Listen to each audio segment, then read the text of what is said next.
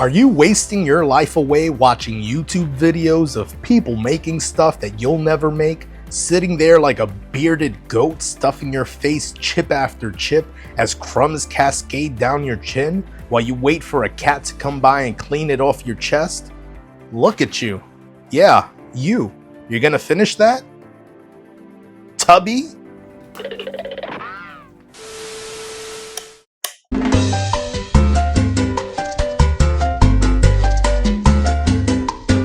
Now that I'm feeling inspired, I'm going to start by removing the label here. Be careful not to stab yourself, as I've done plenty of times in the past. Once that label is off, go ahead and scrape whatever pieces linger. With a marker, map out a line around the top and bottom of the bottle. This will serve as the body of your chamber, so make sure those lines are extra straight.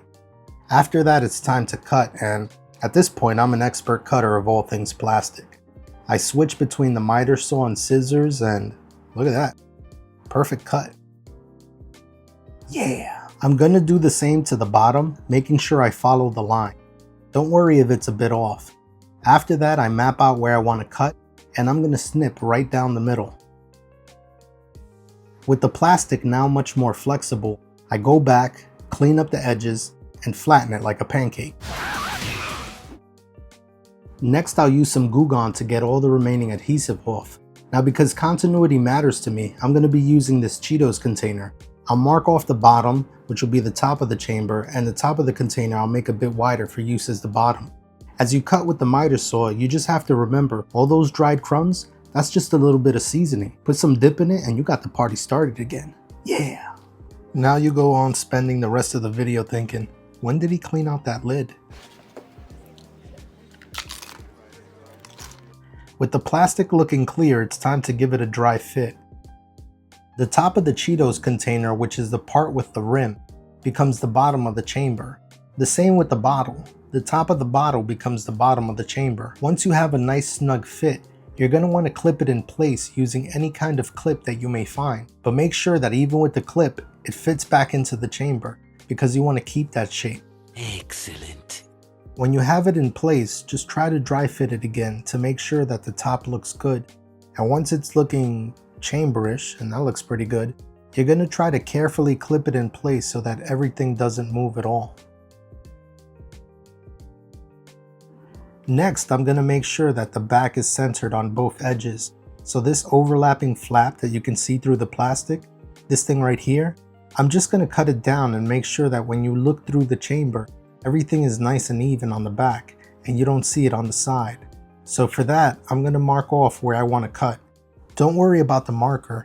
It'll be easy to rub off with alcohol later on. But now what I'm going to do is take the clips off. I'm going to flatten down the plastic and make sure that I trace that line all the way through so I have a guide to cut. Once I'm done cutting and everything is even, what I'm going to do is I'm going to mark off the edges. This is going to help to know where I'm going to put the crazy glue when it's time to glue both pieces together. This line will act as a warning sign, letting me know that when I put down the crazy glue, I can't go past it. So I measure, make sure everything is right. Then once I flatten it out, I go ahead and start adding the crazy glue. I'll leave the type of glue that I use in the description below. You want to put a generous amount, and then when it comes time to start folding, you want to make sure the edge doesn't cross the markers you made. For those confused, I'm using the bottom flap to line up with the marks I made, so I didn't go over. Once it's glued, you let it cure overnight. Now that I'm back, you can see the adhesive cured and left all these streaks on the plastic. So to get rid of that, we're going back to the Glue Gun. Using a generous amount, start wiping it, and you'll watch as the adhesive magically begins to disappear. Once you've covered it, this piece of plastic is starting to look brand new. Look at that shine.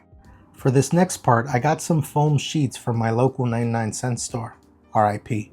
The cool thing about them is that they have an adhesive on the back that allows you to peel and stick the foam down like tape. And so what I'll do is cut them into small strips and use them to cover the top and bottom of the container. I'm going to use different thicknesses too in order to give it a wee bit more dimension. Here's one I did previously, and you can see how I use different sizes of foam to give it more depth. In the middle, I left a gap just so it looks like it's not one bland piece. For the top, I'll do the same thing. I'm going to cover it in the foam, and just so you can get an idea of what it's going to look like when it's all done, I'll put it together. All over the chamber itself, I'll add pieces of foam. On the side, I'll use this thick piece, and spread across the front, I'll use thinner pieces, just to give the chamber a lot more dimension. Little known fact, I was a commercial mover for over 10 years, and because of that, I found a lot of stuff for free, including this cutter which I'm going to be using to cut the foam. Once I have my strips, I'm going to start laying them across the top, peeling the plastic off the adhesive, and laying it down smoothly just like tape. The excess I can cut so everything fits nice and snug. It's looking good. For the bottom, I'm going to use this thick piece of foam, but remember, I'm leaving a little gap just so there's added dimension to the machine, so I'm not going to be putting anything there. After taking the adhesive backing off, I'm going to slowly bring the foam around, covering the container. Next, I'll use the thinner piece, and I'm just going to do the same thing, wrapping it around and cutting it to length. With that done, I can add a little more. Using this little square piece, I'll stick it to the side, and this can act as some kind of compartment that they use in order to get into the machine and fix it when they have to. I don't know, you make up your own story. But that's looking pretty good. With the top and bottom done, I'll put it together and get a nice idea of how it's coming along. Not too bad. I used the top of the Pringles can for the bottom of the container because using the hole I can slide a light right underneath it, making the whole thing light up. Very nice. Time for painting. I mix up a slurry of gray paint and just spackle it on everything. You want to get it in all the crevices. The strips get the same treatment. It's like a London sky. Gray, gray, gray all day. Off cam, I paint these stripes yellow, and now I'm adding black stripes to make them look cautionary. For the sake of time, I finished them up off screen. Now, with everything done, I'm going to take this regular piece of foam. It doesn't have any adhesive on the back, so I'm going to take my glue gun, and once it's got good coverage, I'm going to lay it down in order to cover that unsightly scene in the back of the chamber. To hide the mess in the back, I'm going to add foam with the adhesive, and you have to remember to keep the base on so you put it at the right height. Lay it on and cut the excess off with a knife. Now we can peel off the caution stripes and stick them to the sides of the chamber, making sure it fits all the way. Keep that top on so the foam is glued onto the right spot. With that done, I start adding all the extra little bits I cut to make this machine look more machiny. That's an industry term. Everything goes on, the excess I make sure to cut flush, and this is looking pretty good. I keep adding strips here and there, and honestly, you can design this however you want. The strips look pretty good. I'm going to add a few to the sides to make sure it wraps completely around the machine.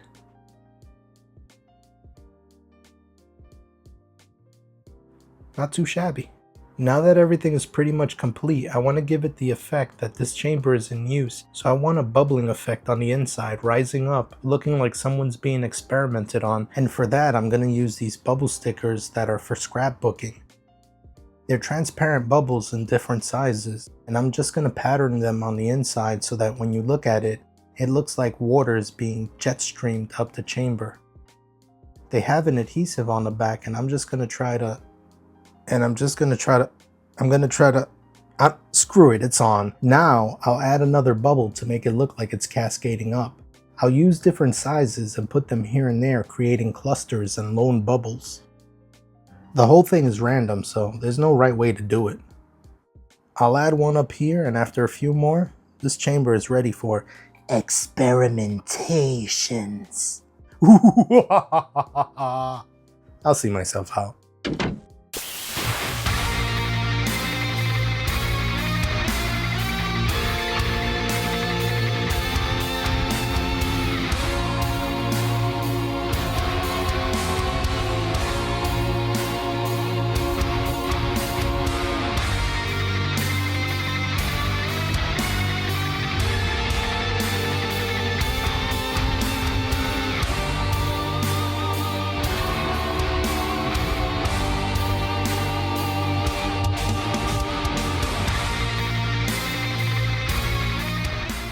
I hope you guys enjoyed the video.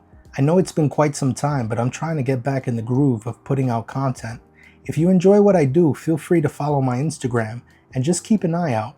I can't promise when these videos will drop, but they will continue as long as I'm arting away. And if you're into Final Fantasy or building dioramas or art itself, then you'll want to stop by and check it out.